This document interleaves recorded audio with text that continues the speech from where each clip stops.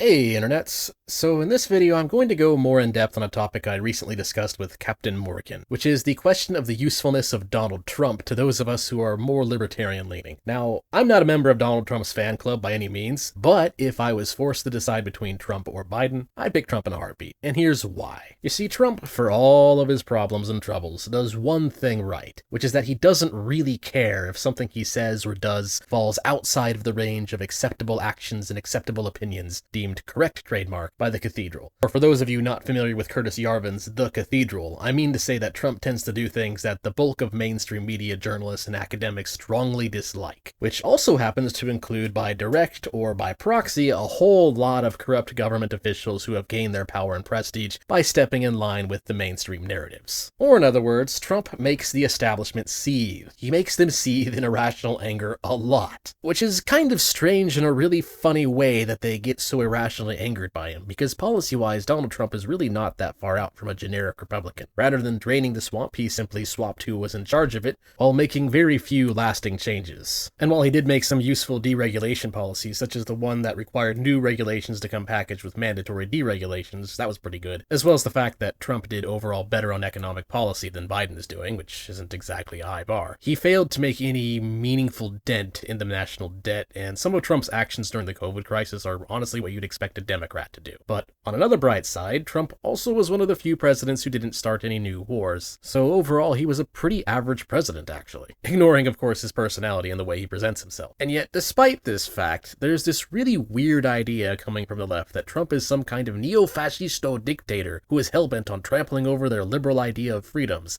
and is going to end democracy any day now. But if you look at what Trump actually did during his term, the evidence for this narrative just isn't there. But yet, establishment goons roll with this narrative anyways because, hey, it's the narrative, and that's what prestige-seeking cathedral elites do. They just regurgitate the narrative. They look at what other cathedral elites are doing, and they regurgitate what they're doing. Regurgitate narrative, then get excited for next narrative. For whatever reason, Trump makes these people absolutely lose their minds. And the fact that he makes them lose their minds is a good thing. In fact, it is the best thing about Donald Trump, and here's why. Because personally, I suspect that for a lot of our decadent elites, the Trump derangement syndrome we see for them comes from a place of anxiety. They are effectively afraid that Trump will shift the Overton window away from what has been deemed as acceptable opinion by the Cathedral, and that the acceptable public opinion thus will change to one that the current elites will not be able to maintain their power in, because the general public will start to view them as frauds. And that's why when you watch a lot of mainstream media in regards to Trump, you see this bizarre outbreak of adult temper tantrums almost. They talk about Trump as if he's some kind of giant meteor, on its way to cause the next mass extinction event. And everybody else just kind of watches this giant meteor narrative, and we're all like, huh? What? No, Trump is not a giant meteor. If Trump gets into power, he will probably, in all likelihood, be just another generic Republican. Perhaps he's learned his lesson. Perhaps he'll do things a little bit differently. I would hope at least that he has learned that he needs to make some policies that actually take meaningful, lasting power away from the current decadent elites. But I'm not holding my breath. And yet one thing Donald Trump does do, which really just comes from the virtue of the fact that he's Trump and the way he acts and behaves, is the fact that these establishment goons are willing to do or say just about anything they think they can get away with in order to stop Trump from gaining power again. Where the Cathedralites are willing to go completely mask off and show that they don't really believe in democracy, they don't really believe in free speech, they don't really believe anything that they claim to believe in really, except for believing whatever is beneficial for them staying in power. So you end up with a lot of media goons who appear to be perfectly fine with Trump being banned from the ballot based on shaky allegations of a crime that he may or may not have committed, because it hasn't even been proven yet. And then you see these media pundits performing these mental gymnastics on how we're going to save democracy by banning democracy.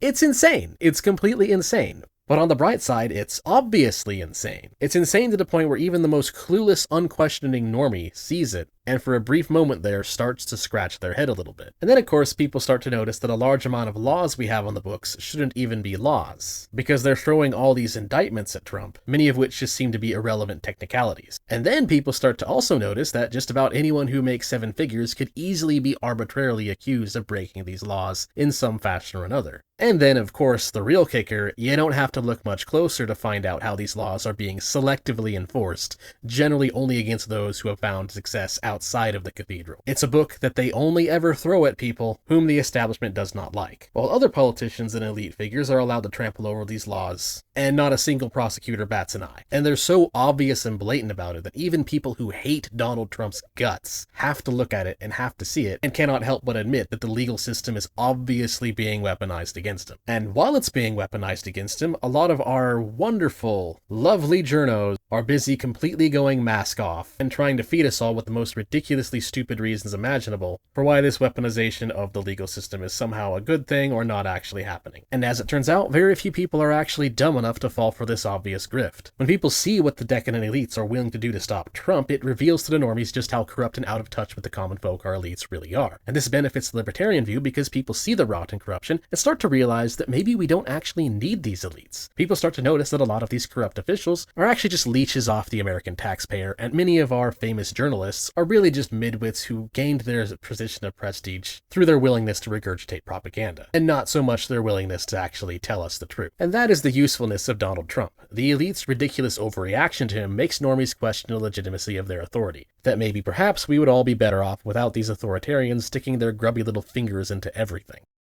Anyways, that's all for now. Thanks for watching. If you enjoyed the video, feel free to like, share, subscribe, or tip me on Ko-Fi or whatever, or just leave a comment for the algorithm. Till next time.